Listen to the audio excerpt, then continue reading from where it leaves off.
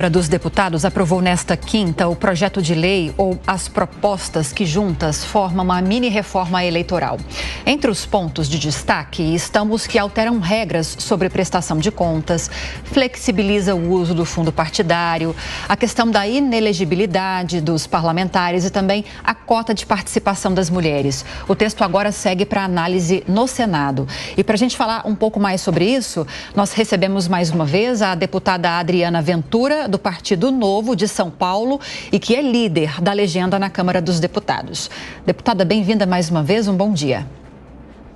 Bom dia, Lívia, é um prazer estar aqui com vocês no Jornal da Manhã. Agora, deputada, recentemente nós entrevistamos aqui no Jornal da Manhã a Dani Cunha, que é deputada e que coordenou o grupo de trabalho que se debruçou sobre essa proposta na Câmara dos Deputados, sobre essa mini-reforma eleitoral, e ela minimizou todos esses pontos que eu citei na abertura antes de chamá-la. Trouxe explicações para cada uma dessas críticas que essas propostas vêm recebendo. Na sua opinião, são reais essas questões? Esse vai ser o impacto da reforma ou da mini-reforma se ela passar no Senado nesses moldes? Olha, Lívia, na minha visão, primeiro vamos começar com o nome que deram, né? Mini-reforma. De mini não tem absolutamente nada. A partir do momento que a gente está falando de algo que inicialmente falaram que seriam coisas consensadas e tem um monte de coisa extremamente polêmica, mexe com várias leis, com código eleitoral, com lei de eleição, com lei de partido político, além da questão da ficha limpa, que eu acho que é uma coisa que para nós brasileiros, depois de todo o histórico, assim, mexe até no nosso estômago, né? Porque depois de tudo que a gente viu de corrupção, então assim, eu acho que existe uma questão do rito legislativo, novamente precisa ser falado aqui, que causa todas essas questões.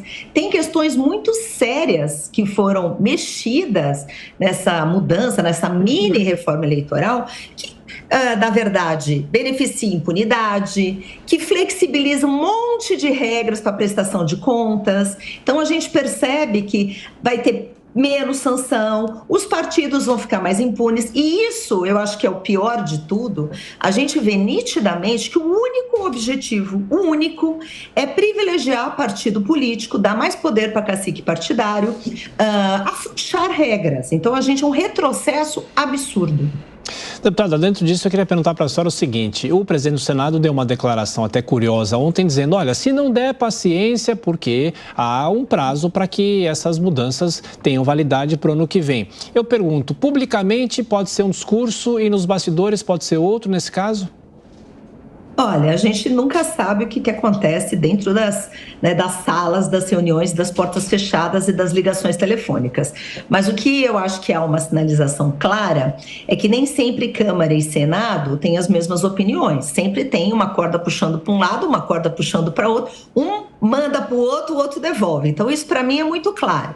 E o que o presidente do Senado fez, na minha visão, que é o senador Rodrigo Pacheco, ele falou, olha, alto lá, está vindo para cá, mas aqui vai seguir o rito normal. Se isso realmente, dentro das pressões dos partidos, porque vamos lembrar que isso é interesse dos partidos, basta ver que a imensa maioria dos parlamentares e dos partidos votaram a favor, né, dessa mini-reforma, que na minha visão é uma aberração. Então eu acho que a pressão pode mudar isso, porque afinal de contas o senador Rodrigo Pacheco é presidente do Senado e ali é presidente, né, de todos os líderes partidários. Sendo assim, a seguir cenas. Mas eu espero, sinceramente, Thiago, que ele faça isso. Que ele mande para a CCJ, que tenha o rito, que junte com outro código eleitoral, que já foi da Câmara, que está parado lá, e que realmente se debrucem sobre questões que são caras para os brasileiros, né? Porque legislar em causa própria realmente é um problema. A gente segue falando com a deputada Adriana Ventura, do Novo de São Paulo, líder da legenda na Câmara dos Deputados. E agora eu abro a participação para os nossos comentaristas. Deputada Amanda Klein. Deputada, bom dia. Queria explorar duas questões com a senhora. Primeiro, que só, por exemplo, na votação de ontem, houve duas, né, sobre a mini-reforma eleitoral. Anteontem e ontem. Ontem, só Novo e PSOL, e imagino que no dia anterior também, foram os únicos a se posicionar contra. Ou seja, partidos de todo o espectro político e ideológico, da direita à esquerda, foram favoráveis à mini-reforma eleitoral. Como a senhora disse, flexibiliza regras. É um trem da alegria, sempre a favor dos políticos e contra os cidadãos. esse ponto, como a senhora vê essa conjuntura de todos os partidos, não importa em que lado eles estão a favor da mini-reforma eleitoral, e sob o ponto de vista das mulheres, o que muda para as mulheres? Porque você tem a possibilidade de gastar, por exemplo, recursos financeiros de candidaturas femininas, candidaturas masculinas, você pode até diminuir os recursos destinados proporcionalmente para candidaturas negras e para candidaturas de mulheres. Olha, Amanda, bom dia.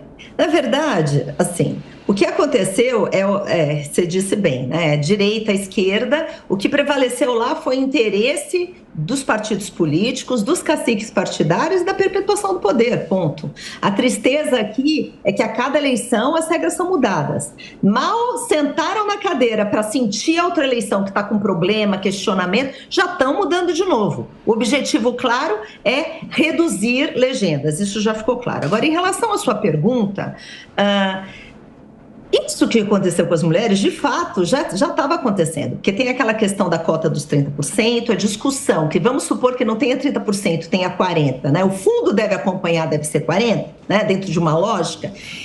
E o fato das mulheres carregarem candidaturas masculinas sob o manto da mulher, isso já acontecia nas outras eleições. Então, na verdade, o que a gente vê é o dinheiro destinado para a mulher que acaba alimentando outras candidaturas, o que é uma burla ao sistema, de alguma forma. Então, a questão, Amanda, toda, nesse atropelo todo, né, seja de negro, seja de mulher, a gente vê que há uma tendência a burlar.